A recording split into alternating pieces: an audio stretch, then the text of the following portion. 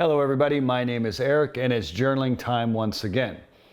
If you're here for the first time, I want to let you know that some people may get a little anxiety when it comes to writing, or they feel like they can't write, or maybe they don't write very much, or the last time it was a while ago, or if you're a student, it's a big fear. So what I recommend for today, before we get to the prompt, just grab any piece of paper. If you have a journal book, even better. Get a pen, pencil, whatever you can find, and just stay with me when I write during the journaling session time. Even if you don't finish the page or you don't get all the way out, just get through the time that the video is going. This is a great way to kind of break the ice and to kind of get over your own initial anxieties or fears. And remember, when it comes to journaling, I was just telling a student recently, don't worry about spelling, don't worry about format, don't worry about anything. Just keep the pen moving. This is why I recommend a fast pen. I use gel pens at 1 millimeter, so it's a wider diameter ballpoint or pen you're writing on, and it moves faster on the page, as opposed to like a pencil or a fine tip mechanical pencil or a fine tip pen. If you happen to like those though and you write well, by all means go. But the only guideline to kind of adhere to is you want to sync up whatever thoughts are going in your head and kind of think of it kind of like a river. It's a continuous flow of just random thoughts. We want to kind of tap into that. And if we try and hold on to it or latch onto it and slow it down, that's when we break the flow. We'll disconnect from it.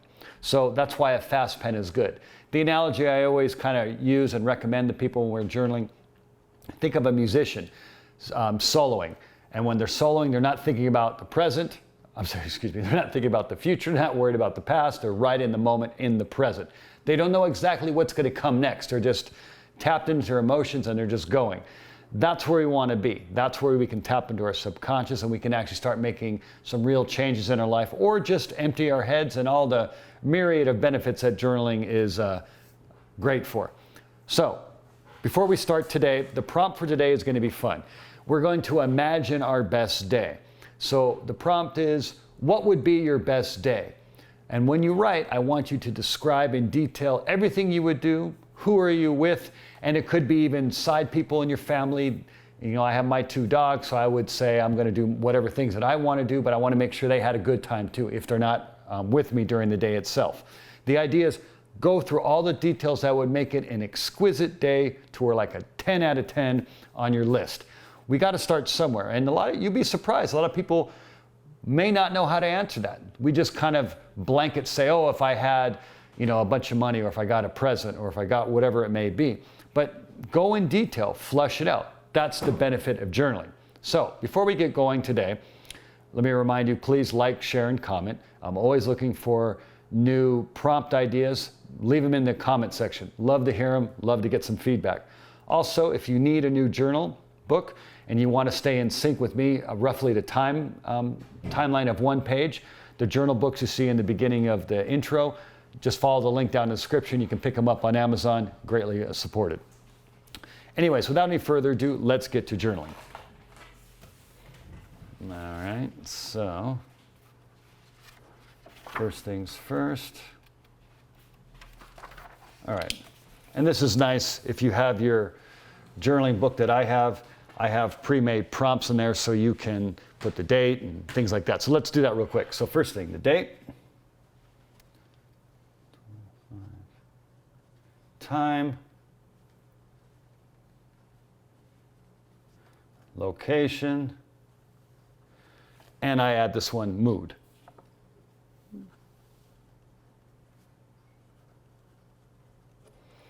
And if you're new, the one thing I always kind of recommend is the first sentence, make it like an establishing sentence. Kind of just describe the day you have. The day out front, what's the sun, what's the weather like, or whatever, something like it, just so you have some kind of reference point. And remember, today our prompt is, what would be your best day? Okay, enjoy the process, everybody.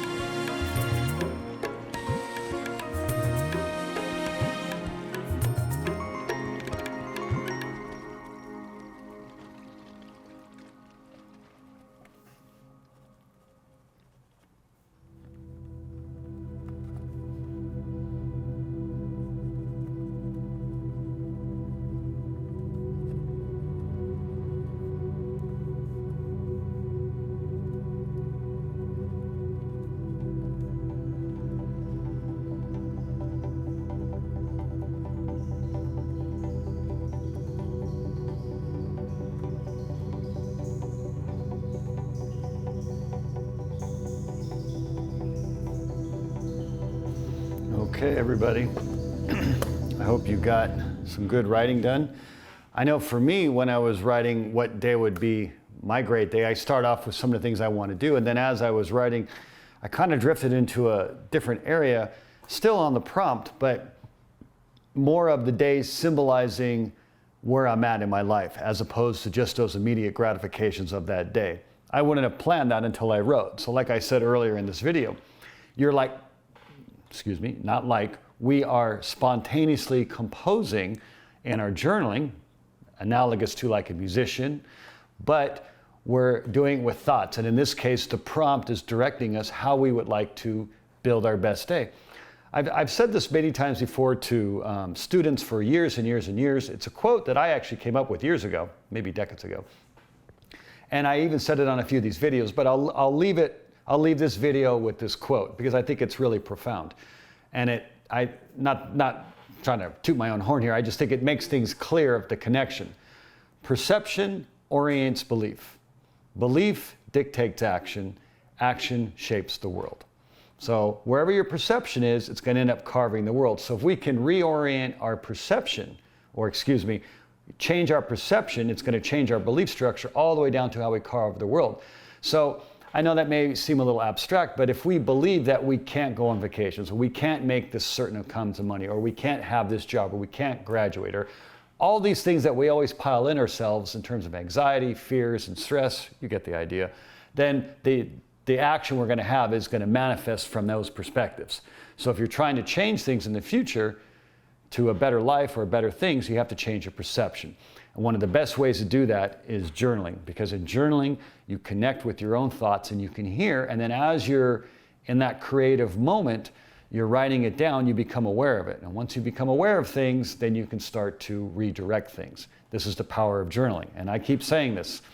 Journaling is the best bang for the buck. It's got so many applications and so many different levels, and it's just a nice thing to do for yourself.